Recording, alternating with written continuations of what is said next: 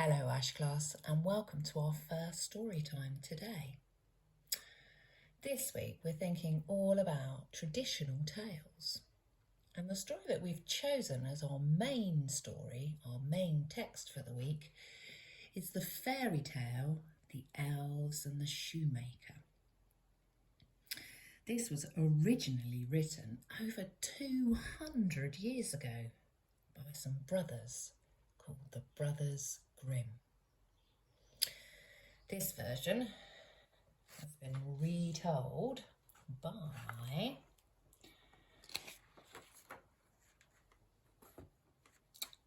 Lorna Read, and the pictures have been drawn by Tanya Hurt Newton. The Elves and the Shoemaker.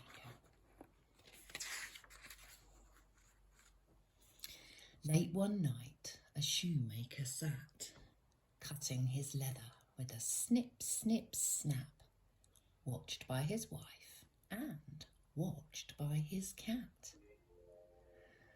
"I'll sew them tomorrow," the shoemaker said. He went to bed hungry. There was no bread. The cupboard was bare. Nothing there. He says to his wife, "No supper tonight." In the morning, when he opened his eyes, there on the bench was a big surprise. Someone had stitched the shoes. But who? The shoemaker blinked and scratched his head. "What teeny tiny stitches," he said. "Who could do a thing like that?" "Not me," meowed the cat.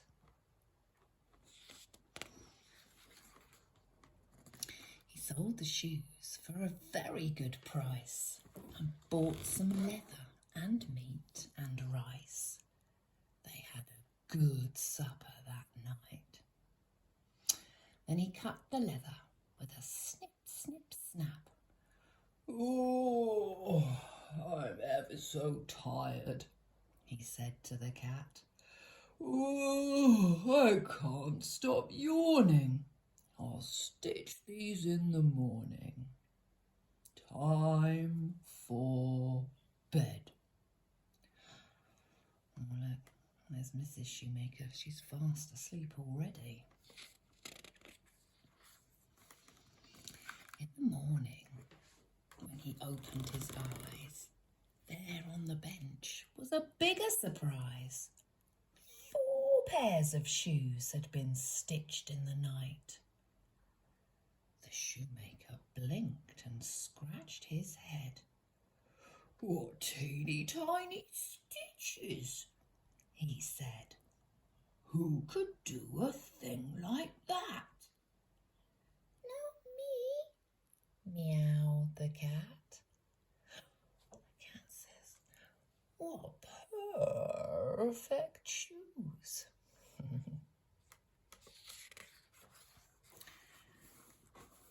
Customers came to the shop in queues when they heard about the beautiful shoes.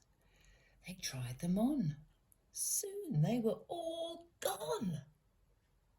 And now, with all the money he'd made, the shoemaker went to the market and paid for leather in blue and green and red.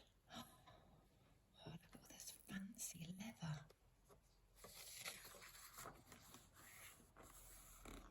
He cut the leather with a snip, snip, snap, watched by his wife and watched by his cat. His wife said, "Now we'll see what happens to that." Next morning, when they got out of bed, they found shoes in blue, green and red. "Such teeny tiny stitches," the shoemaker said. All right, Mrs. Shoemaker, she says, "I like the blue shoes."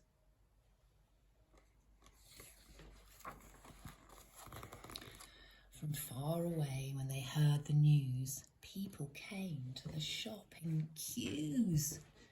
"What beautiful shoes!" they cried. "It's hard to choose." The shoemaker sat and counted his money. He thought, "Isn't it funny? I'm suddenly rich, and I haven't even sewn a stitch." Do you think he's worked out what's going on yet? Someone's sneaking in, aren't they? Oh, I think they're going to investigate. The shoemaker's wife said, "We have to find whoever it is that's being so kind. Let's watch in your workshop tonight." So they left a candle burning bright, and there they hid in the dead of night.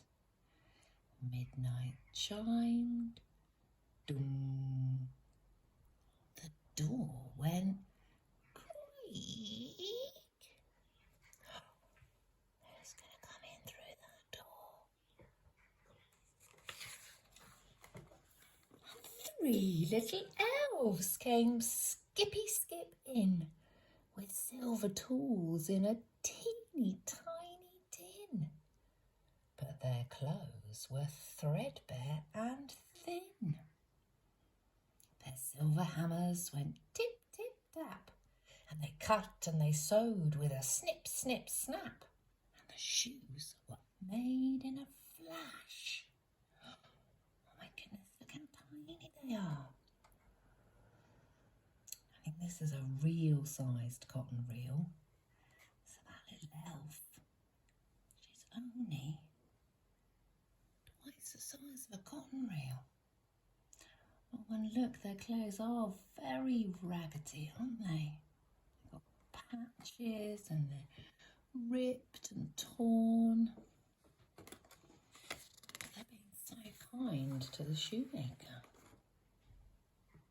When the elves had left, the shoemaker's wife said, "I've never seen in all my life 3 little elves so threadbare.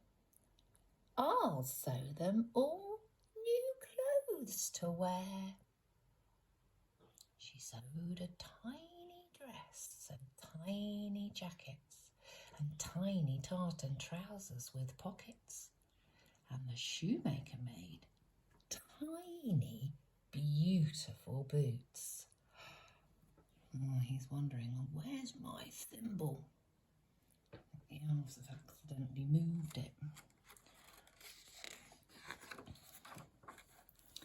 The very next night, they left the clothes there on the bench in 3 neat rows.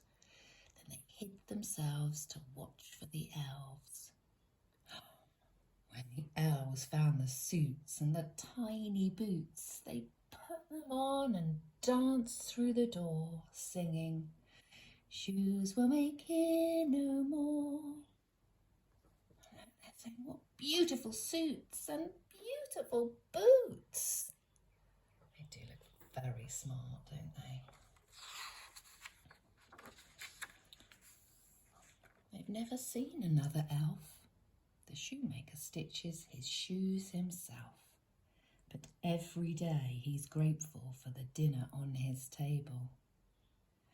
And every night to the window he creeps, for he made a promise that still he keeps. "Thank you, elves," he whispers, and then he sleeps.